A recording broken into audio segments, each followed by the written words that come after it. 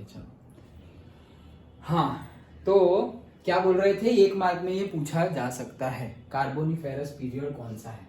During this time gradual combustion of trees took place and it led to the formation of coal. तो भाई ऐसे combustion होता रहा और कोल बनता रहा। अब उसके यूज, ये तो पूरा कैसे बना वो, ओके। अब उसके यूज, भाई यूज क्या भाई, हम कंबशन फ्यूल के तौर पे यूज करते हैं। So uses of coal increased with the invention of steam engine. Steam engine के आने से कोल का यूज बढ़ गया। क्यों? क्योंकि हम ट्रेन चलाने लगे, okay. Means of transportation like railway and steamers were now easy to use. पहले ये यूज नहीं कर सकते क्योंकि फ्यूल बर्न करोगे, तो फ्यूल बर्न करोगे तब जाके वो चलेगा और आगे ले जाएगा। तो इतना ज्यादा तो कौन सा फ्यूल हम बर्न करें, ओके। पेट्रोल बर्न करें तो वो तो ऐसे ही बर्न हो जाएगा। ट्रेन छोटी चीज थोड़ी है, हमारी बाइक को मूव करने में कितना ज्यादा पेट्रोल चला जाता है। ये तो पूरी की पूरी ट्रेन है, ऐसा समझो। एक बाइक का मास लो और एक ट्रेन का मास लो, कितने टाइम्स। एक बाइक ही अप्रोक्सीमेटली 200 kg की होती है, 200 kg की। मतलब हमारे जैसे 3 आ जाए, हम लोगों जैसे मिनिमम 3 तो आ ही जाएंगे। 70 kg होगा तो भी 3 आ जाएंगे, 210 हो गए, okay.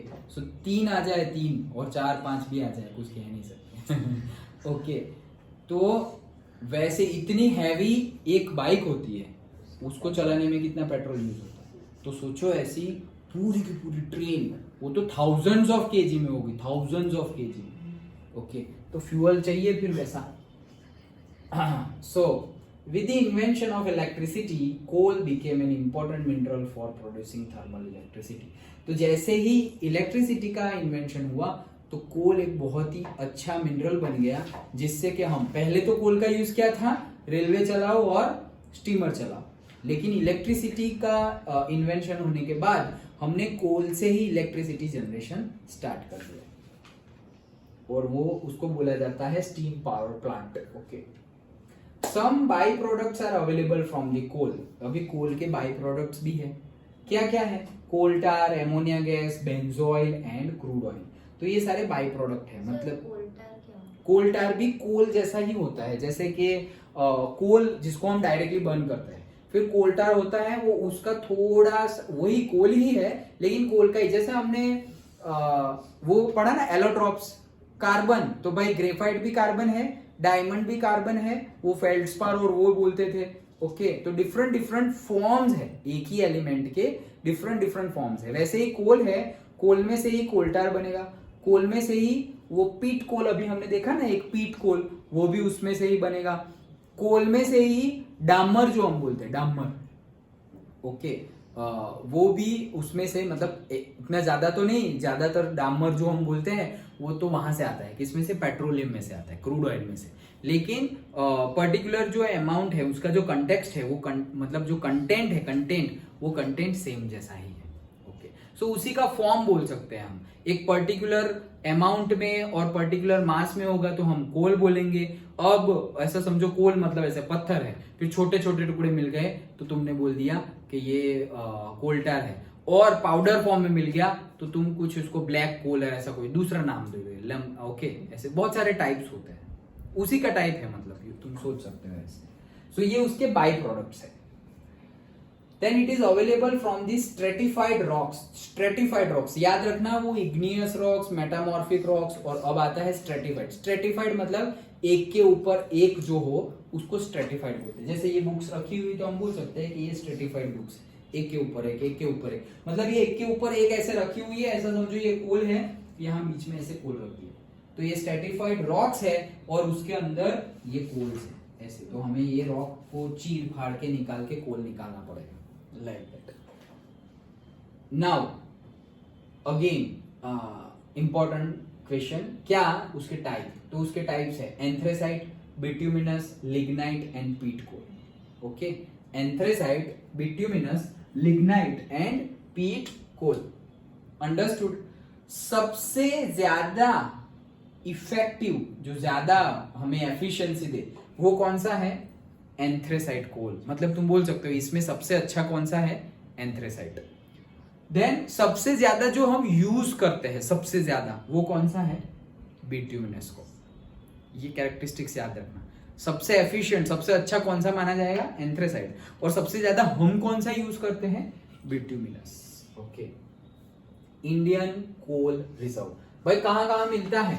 So major steps producing coal in India are Jharkhand, Orissa, West Bengal, Chhattisgarh, Madhya Pradesh, Jammu Kashmir. देखो कितने सारे हैं, झारखंड, उड़ीसा, वेस्ट बंगाल, छत्तीसगढ़, मतलब सारे के सारे पड़ोसी ही है। सबसे पहले ऐसा समझो, झारखंड, झारखंड के ही नीचे है क्या?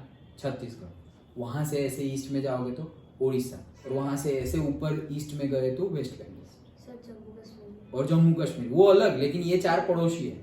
ओके, तो एक ही साथ झुंड में वो सारे आ गए, कौन? कोल के लिए। और Jammu Kashmir. Okay, so Jammu Kashmir and Madhya Pradesh also, तो बीच में है मध्य प्रदेश और जम्मू कश्मीर भी।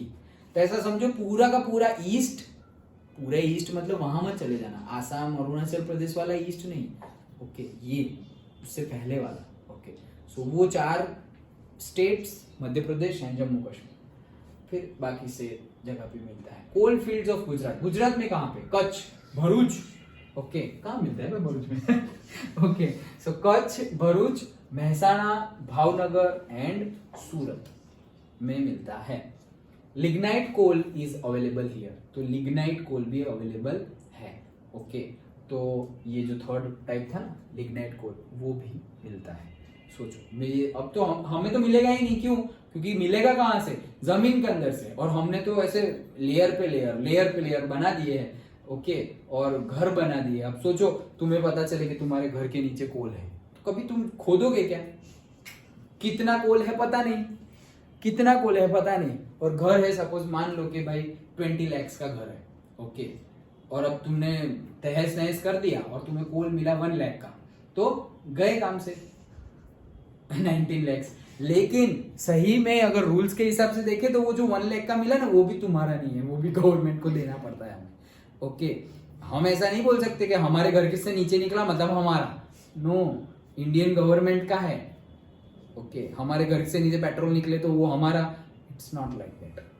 हाँ, तुम खुदाई करो और तुम्हारे एंसेस्टर ने, मतलब पीढ़ियों का घर हो ना, पीढ़ियों का घर होता है, तो वो पहले के टाइम पे बताते हैं मूवीज में और उसमें कि घर के नीचे जमीन में अंदर डाल देते थे। तो फिर जब खुदाई उदाई करे, बहुत पीढ़ी, मतलब से 6-7 पीढ़ी के बाद भी वो निकल रहा है, मतलब हमारे दादा दादी ने ऐसा कुछ रखा होगा और हमें मिल गया, वो तुम्हारा है। बट अगर मिनरल्स मिले, ओके, कुछ भी, तो वो गवर्नमेंट का है।